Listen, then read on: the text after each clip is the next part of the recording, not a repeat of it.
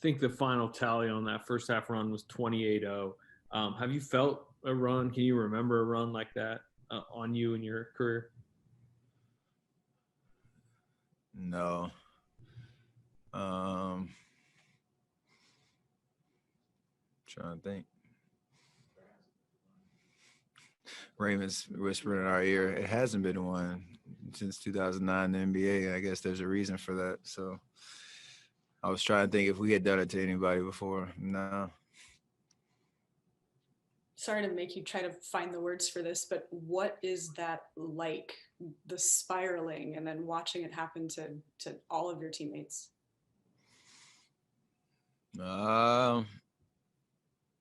It's tough. I think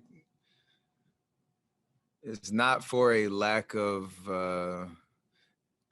I'll call it effort, even though we I don't know what it looked like on film in terms of how we're flying around, how we were moving, but you obviously are trying everything to stop it, stop the bleeding. But sometimes in games like that, not 28-0, but sometimes, you make turnovers that bounce the right way so they get an easy layup, or, an offense rebound that goes right to a three-point shooter, or, every miscommunication you have, they make you pay by knocking down the shot. So it's the perfect storm of literally everything going, their way, whether they caused it or not. So it's a tough one. Yeah. Let's show you the 2s and 3s when the Warriors and Mavs played 5-on-5. Too many numbers. Golden State not going to like this math at all. I mean, it's good right there. Steph Curry does what Steph Curry does, and everything looks good. But it went terribly wrong after that. Steph Curry would finish with 27 points. But, boy, the Warriors would score 29 points in the first half. I mean, it's just a run. Anytime you get that thing at the bottom of your screen, remember it was 12-11? It's 34-12. Jalen Brunson. I mean, the Mavs in the first quarter on a 25-0 run, and when Brunson hits that to start the second quarter, it's a 28-0 run. The Mavs went 8 for 18 during that time. The Warriors went 0 for 18. Is that bad? It's not good, and it wouldn't get better, really. I mean, this thing, Doncic. He does what Doncic does. Mavs are up 31. 62-29, and after defense option, listen, okay, I'll go through you, I'll go around you, go by you. 62-29 at the half in this one. Wow. Remember, Curry had like 57 last time they played. Are the Warriors going to get 57 in this one? They will. Doncic in the third quarter, it's all Doncic. He's fun to watch, unless, of course, you're on the Warriors, and then he's not so fun to watch. Doncic was getting it done. Remember, Porzingis is still on the bench. 39 points, 8 assists, 6 rebounds, and the Mavs win 133-103 in a game that probably wasn't even that close.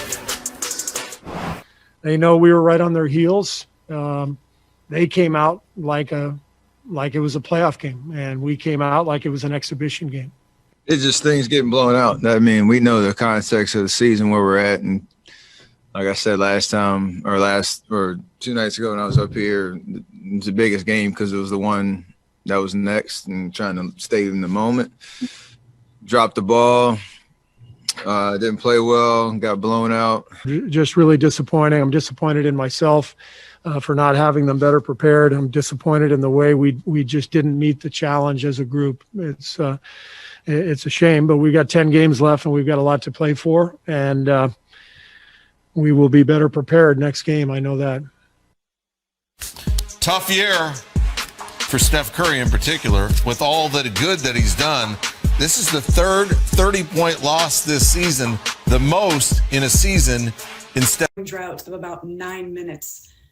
What is that feeling when you're getting shots but nothing is going in? Well, yeah, I mean, I'm not that concerned about a 9-minute scoring drought. I'm concerned about defense. I'm concerned about a level of intensity and preparation and competitiveness.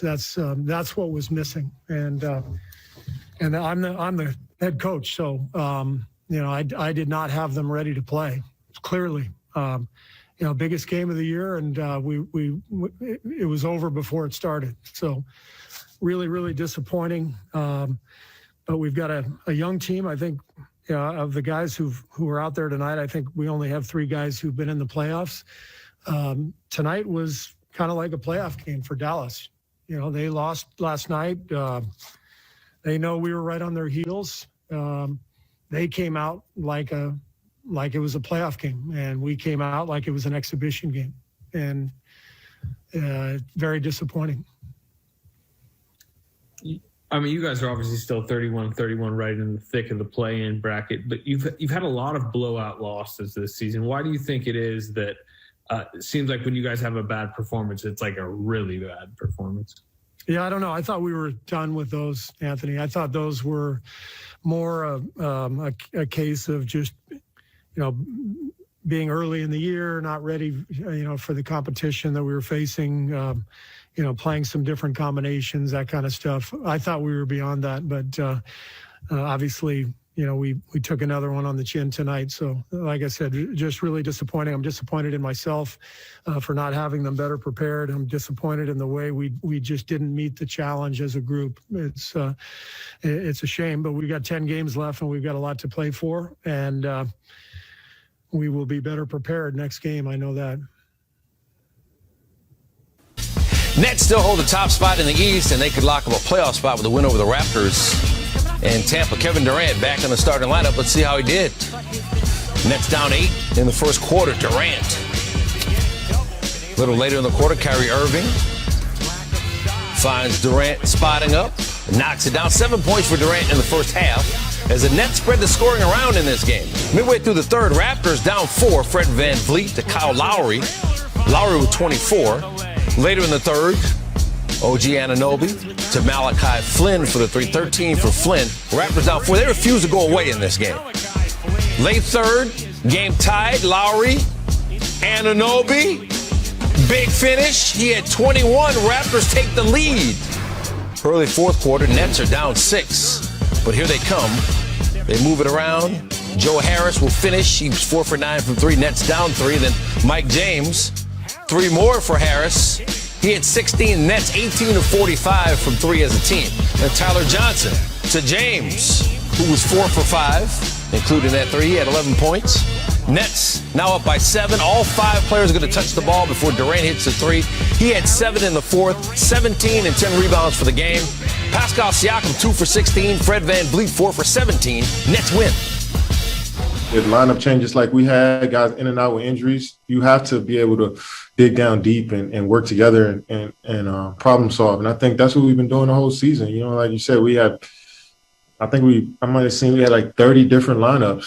And, so that communication with the coaching staff and the players is only going to make us tighter. And now that, especially when you go on the road too, we hang out with each other on the bus, on the plane. So that little stuff helps once you get out on the court, just having that, just knowing what your teammates are like. Durant's had 2 very different games since he returned to the lineup. Sunday, he led the team with 21 shots. Tuesday, he took the 6th most shots on the team. He actually had 9 more touches in this one, but far more of those touches turned into previous 2 matchups with the Bucks this season. Milwaukee coming off a bad loss to the Hawks on Sunday. Third quarter, Bucks up by 17. Devontae Graham with a bad pass. Dante DiVincenzo says, I'll take that and you take this. Bucks shot 51% as a team, and they're up by 19.